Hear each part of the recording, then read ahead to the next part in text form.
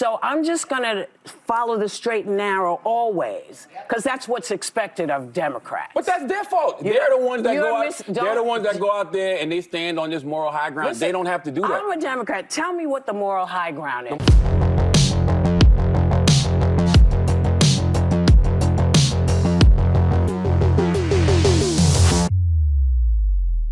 Hey, shout out to all of our new subscribers and members here on the channel. My name is Reese Waters, and I'm troubled. Here I am minding my own business, and I start getting lit up with notifications that right-wing Twitter, specifically black conservative Twitter, is on fire thanks to some supposed fireworks that went down between Charlamagne and Whoopi Goldberg, which means probably one thing. It's nothing. Nah, it can't be. Can't be. After the election, you said that you were disappointed but optimistic. How are you feeling right now?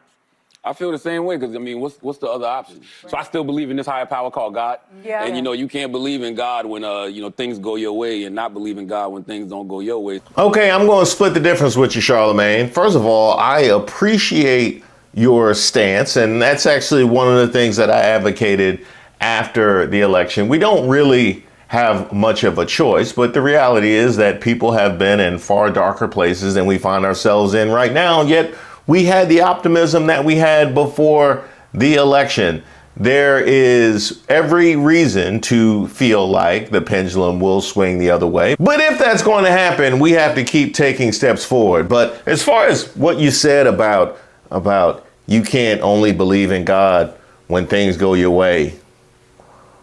Ooh, boy. It sounds good, but see, they found this loophole in MAGA whereby you get to say everything that you don't like that doesn't go your way is the devil. So therefore, everything is God's will when it goes your way. But when it doesn't go your way, then it's the devil triumphing. So that's where there is a whole faction, and a rather large one at that. They just won an election that really only believes in things when they go their way. Yeah, that is MAGA Jesus. Yeah, MAGA Jesus absolutely believes that way. Please explain that. And how does it make you feel that the campaign used you like that? Well, it's never good to be taken out of context, but I was explaining to my listeners how effective I thought the actual ad was. Like, what I didn't like the most was that they didn't do anything to combat it. And you know what else I would have did if I was our campaign? Since Donald Trump used me, I would have used Joe Rogan. Joe Rogan said Donald Trump was a threat to democracy. Joe Rogan said he thought Donald Trump was, I think, unhinged was the quote. Right. You got to mix it up. You got to get dirty with these people. Ooh, okay. So if I got you clearly, Charlamagne, then because they're playing dirty and they chose to get dirty, that calls for you to get dirty with these people, right? Yeah. You gotta fight fire with fire and fight filth with filth. Well, hold that thought. Of course, that would definitely hold when it comes to Hunter Biden's pardon, right? I mean, I think all of the criticism is valid because, Democrats stand on this moral high ground all the time and, they act so self-righteous. The reality is he didn't have to say anything now, but since they were calling Trump a threat to democracy and they were saying that, nobody's above the law, but they were speaking about him, that's what they were running on. So when he kept saying things like, nobody's above the law, I respect, the jury's decision in regards to my son, he didn't believe that. Okay, so the Democrats are acting self-righteous and holier than thou by virtue of claiming to respect our institutions. Is that where I got you? So when the Republicans play dirty, you got to fight fire with fire.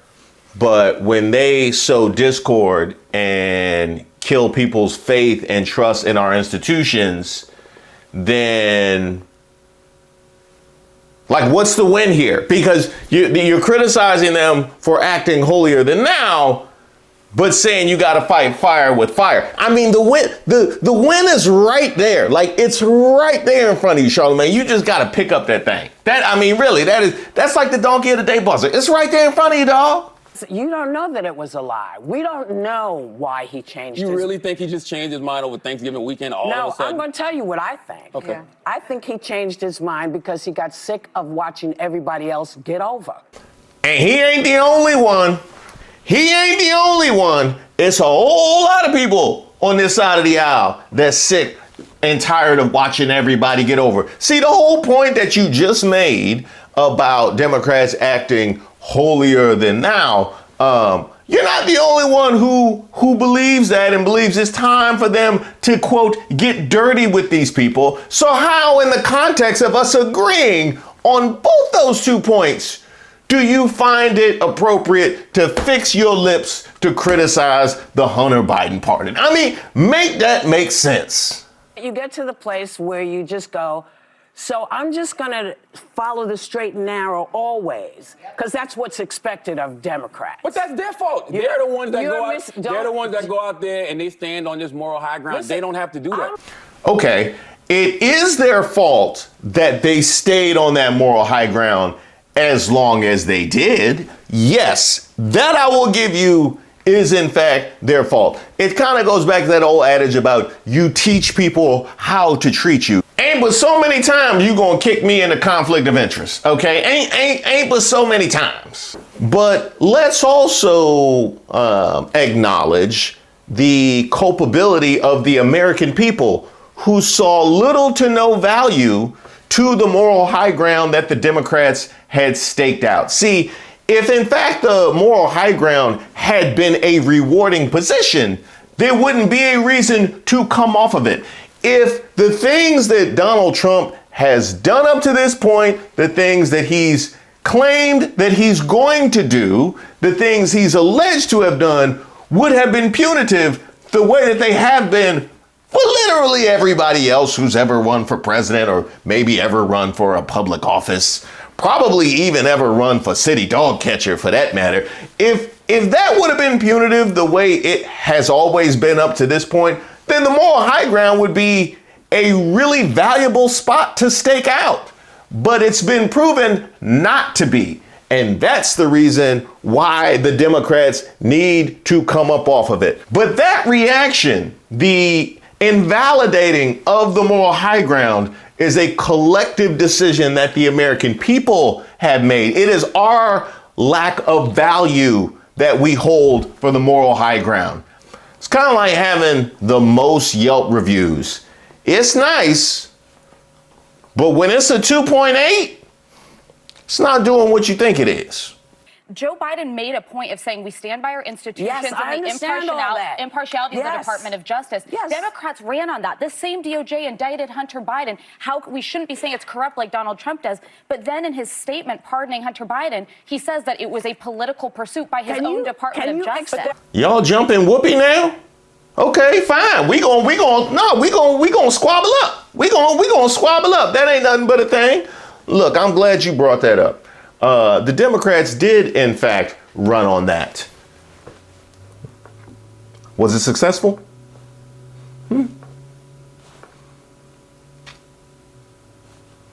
Was it successful? Everybody talking about the Democrats ran on faith in our institutions. Was it successful? Did it move the needle? So we're going to have these conversations about the Democrats and their need to regroup, while at the same time damning them for a decision Joe Biden made, which is converse to something they ran on. Word. I cannot believe they throwing all these passes. I mean, they had a running offense last year that they rode all the way to a sub 500 record.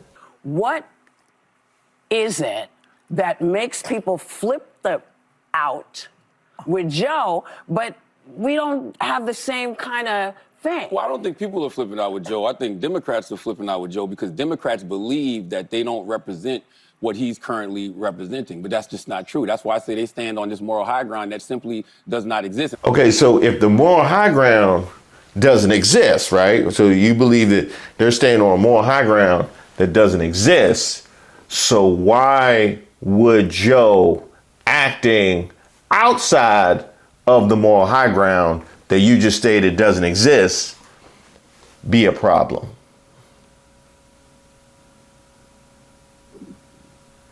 And I think this is also the problem when we pick sides, right? We've turned political parties into teams. I'm a Dallas Cowboys fan. Ain't nobody more delusional than me, right? Okay? I feel like we're going to the Super Bowl every year, but I'm not delusional. Well, no, that is delusional. That's more than delusional. It's hilarious is what it is. And since you brought it up,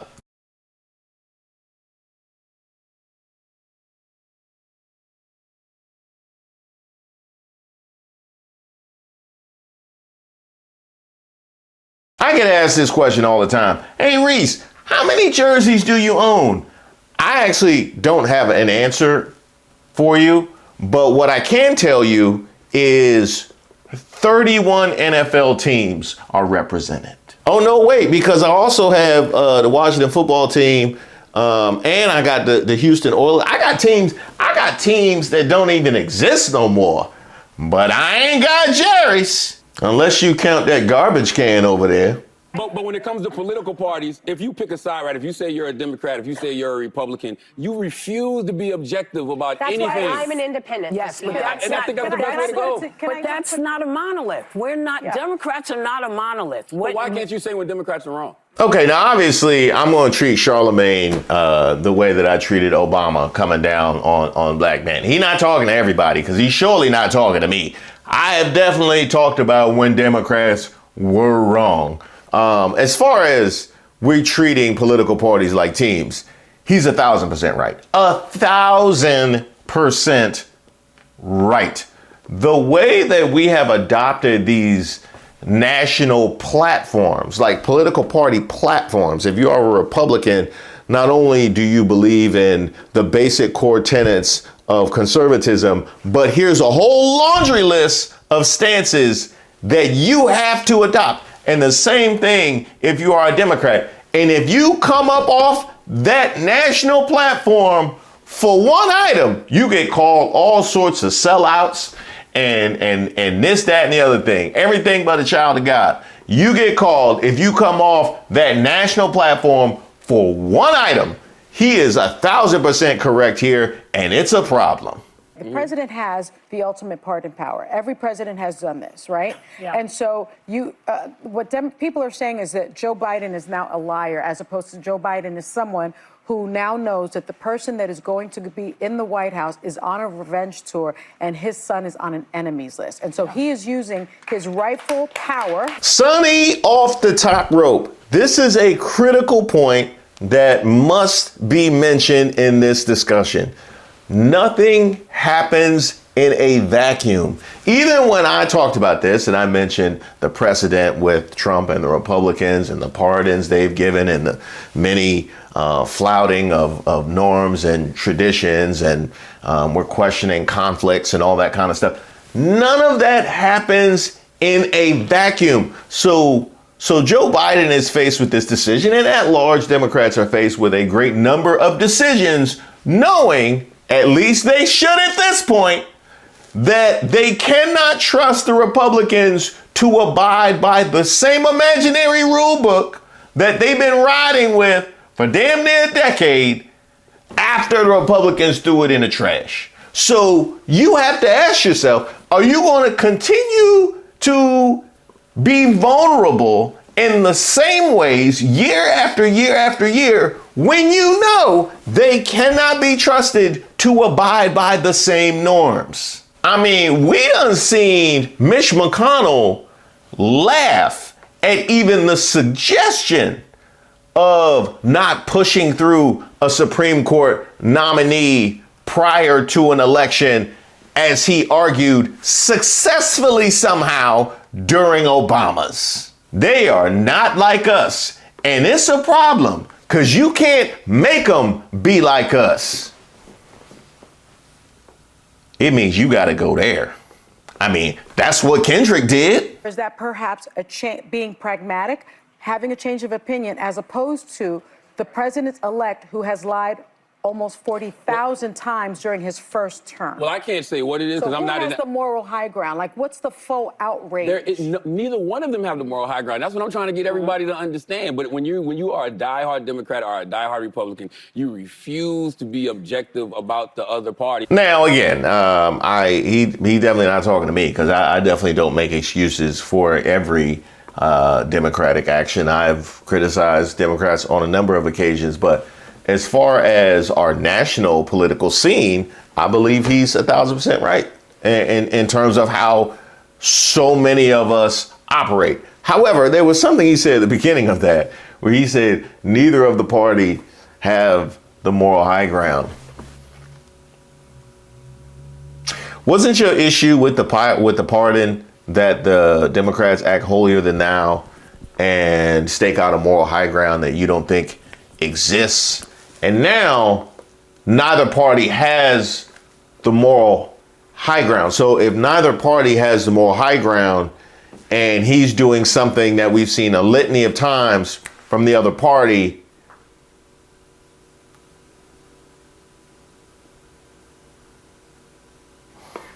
I'm gonna need to find my donkey of the day buzzer. I really know, because I need one. I think I need one. No, he definitely has that trademarked.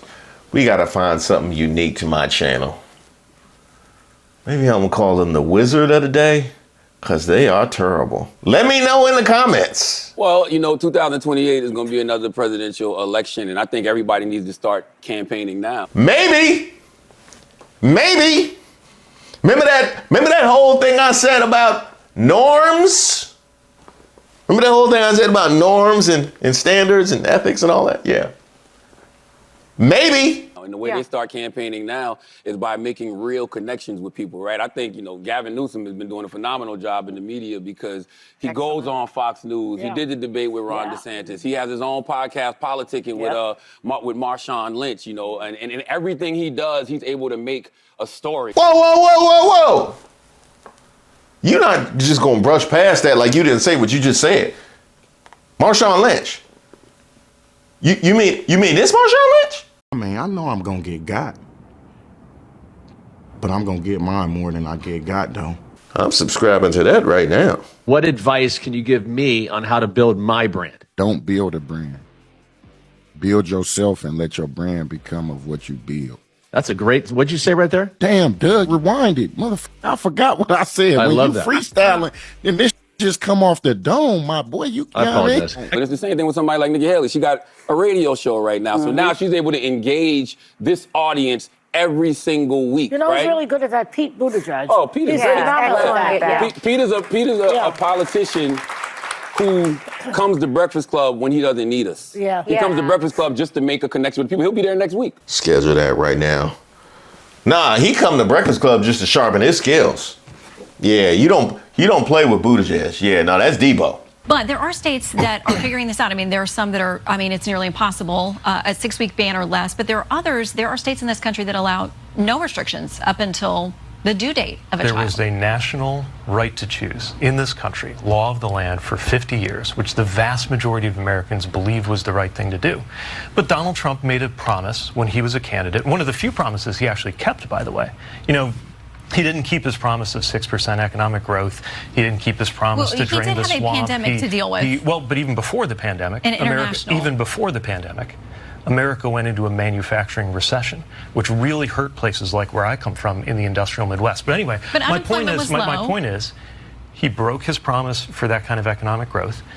He broke his promise to pass an infrastructure bill, right? He said he would do that. He failed to do it.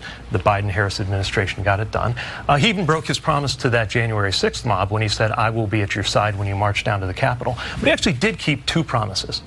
He kept his promise to destroy the right to choose in this country, and he kept his promise on tax cuts for the rich. And if you want to know what a second Trump term would be like, I would start by looking at those rare promises that he actually managed to keep. He did say that he wanted to get rid of Roe v. Wade, but again, send it to the states where they are hashing this out empower the states to eliminate women's access to abortion. And also, as you know, the Republican Party continues to be interested in a national abortion ban. Which he's disavowed completely. Yeah, he's disavowed a lot of things. I don't believe him. You because think he lies all the time. You think that his pledge that he would not pass a national ban is one that it's one that's going to go down with most of the promises that he's made and broken. He done knocked out so many people. He just go to Breakfast Club to sharpen his skills. That's just a little verbal workout for him. I wouldn't even be on scene for that. I would call off sick if they told me Pete Buttigieg was coming. If Pete Buttigieg emailed me right now wanting to come on Troubled Waters, I would delete my channel. I'm just playing. I wouldn't do that, Pete Buttigieg. As far as you know. I mean, you were a hot topic for us a few weeks ago after you were on CNN with Anderson Cooper and called out cable news networks for normalizing Trump. Oh, I remember that. We talked about this every single. This is what I don't think I've been talking about this every night. I don't think y'all have enough conversations about it. I feel like I heard more on this network about is Kamala Harris black than I do about Donald Trump being a fascist. Well, am I wrong, Angela? Honestly, that's bullshit. I'm sorry. Oh, I like that. You say that you don't think cable news will ever truly cover him honestly again. Why? Well, not even just cable news, no network. Nobody, because they didn't do it before, so why would they do it now? They're scared to death. He's the president of the United States of America. Have you watched The View? Yeah. Well, let's be honest. Sonny, I saw you have to apologize a couple times last week, so somebody's coming with some notes from downstairs. Not apologizing. Okay. I'm making a legal note as an attorney of law. Because you know we have a petty president. Okay, Charlamagne. Take this same thought process. We got a petty president. You called the man fascist and apply it to, just take that same thought process and just, explore the studio space with it. Explore the studio space. Sprinkle a little more cowbell on that thing. Like, when I called Donald Trump a fascist, I wasn't calling him that because of something I heard Democrats say. I was calling him that because of the things that were coming out of his mouth, right? When he was saying things like, he wants to suspend the Constitution or overthrow the results of an election, right? Yeah. So I'm saying that. But now, when you have elected officials also saying that, but then all of a sudden when he's president, that just goes away. Disappears. Like, he was a threat to democracy, but then as soon as he becomes president-elect, Joe Biden's like, welcome back to the White House. Now, I'm not mad at that observation. That is wild to me as well. And it actually lends some credence to this whole, political theater idea. But one thing that I've kind of told myself in order to smooth it over, at least in the short term up till this point, is that there are some kind of basic norms and standards that you have to abide by, even though you go to the mattresses when you're debating on the floor or on social media or on CNN. Now, as far as Whoopi Goldberg and Charlamagne, hey Charlamagne, I think I gotta give Whoopi the decision, and it wasn't a close decision. Yeah, it was 8-4 at best. I gotta go ahead and give Whoopi this decision. But you know what? This was not what I would call even like a sanctioned bout. This was more like an exhibition. This looked more like the Mike Tyson Roy Jones Jr. fight that we saw a couple years back. Before we got the full moon, before all that happened. This was more of an exhibition. In fact, not only was there a hug at one point during this panel. Think about it this way. There was also some other pleasantries. We are back with my new sex partner, Charlamagne Tha God. You've been frisky on this show lately, Ms. Goldberg. If I ever got frisky on here, I'd never be allowed on television again. Never.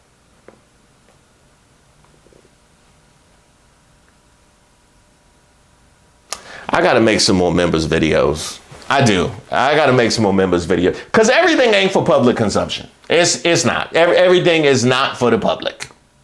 Hey, I hope you guys had a wonderful start to your holiday. Shout out to all of our subscribers and members here on the channel, especially those who submitted possibilities and ideas for merch. You will see the results on my website, reesewaters.com. We got a ton of stuff. There's mugs there. There's t-shirts there, especially my depleted but never defeated t-shirt, which you guys really seem to enjoy. So keep sending in your ideas for possibilities at reesewaters.com.